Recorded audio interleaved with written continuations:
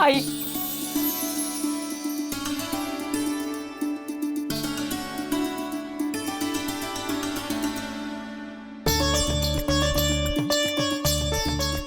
यमुना, स्वामीने आपली लाज राखली. क्षणभर वाटलं होतं सगळंच संपलं. स्वामींनी माझ्या लेकीचं आयुष्य उद्ध्वस्त होऊ दिलं नाही.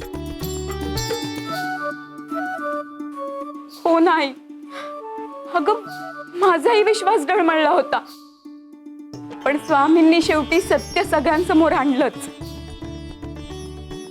गुरु उशीर करतात, पण भक्ताला मात्र कधीच एकटं सोडत नाही.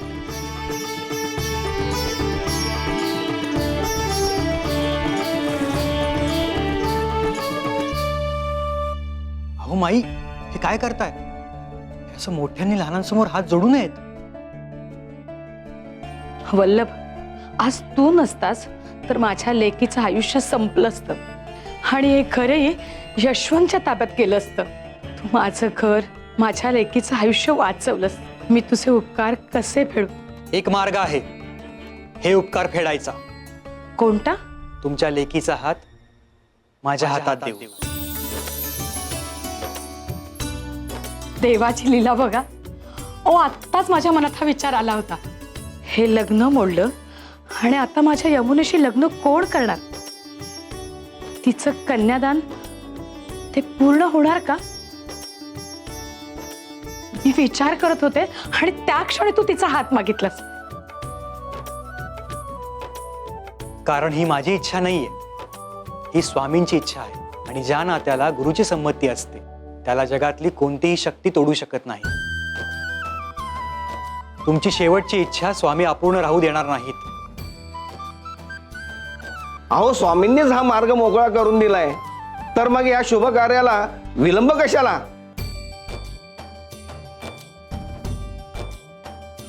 शुभ मंगल सावधान.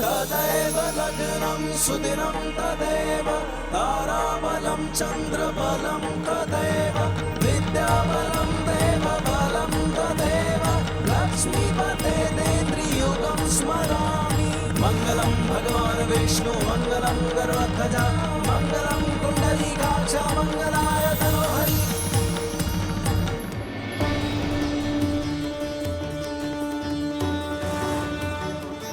चला, दोघांनी एकमेकांना हार घाला.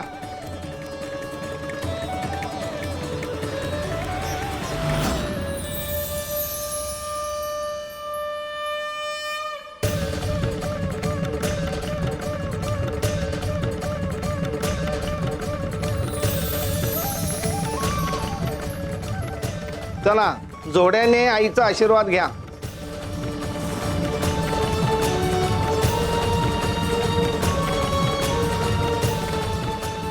सुखी राहा. आज मी जगातली सर्वात सुखी आई आहे.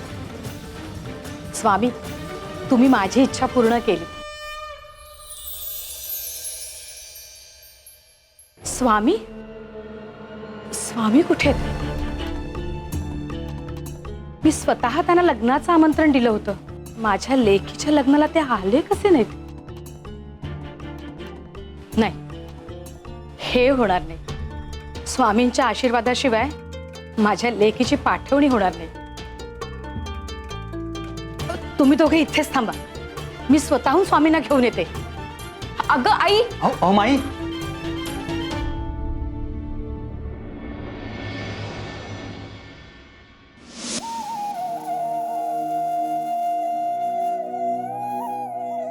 स्वामी देवा, डोळे उघडाओ. आम्हाला असं घाबरवू नका. तुम्हीच म्हणता ना, भिवू नकोस. पण आज आम्ही सगळेच घाबरलोय. वैद्यबुवा, स्वामींची नाडी पुन्हा एकदा तपासता का तुम्ही? तपासतो.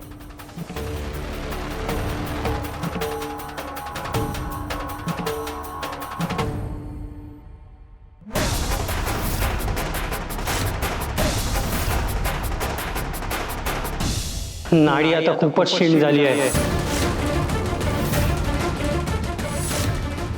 असं वाटतंय स्वामी प्रत्येक श्वास अथक प्रयत्नाने घेत आहेत. वैद्यबुवा, अहो असं काही बोलू नका. स्वामींना काही होणार नाही. आपण सगळे मिळून ना स्वामींचं पुन्हा एकदा नामस्मरण करूया. स्वामी आपलं नक्की ऐकतील. श्री स्वामी समर्थ, जय जय स्वामी समर्थ. श्री स्वामी समर्थ, जय जय स्वामी समर्थ. श्री स्वामी समर्थ, जय जय स्वामी समर्थ.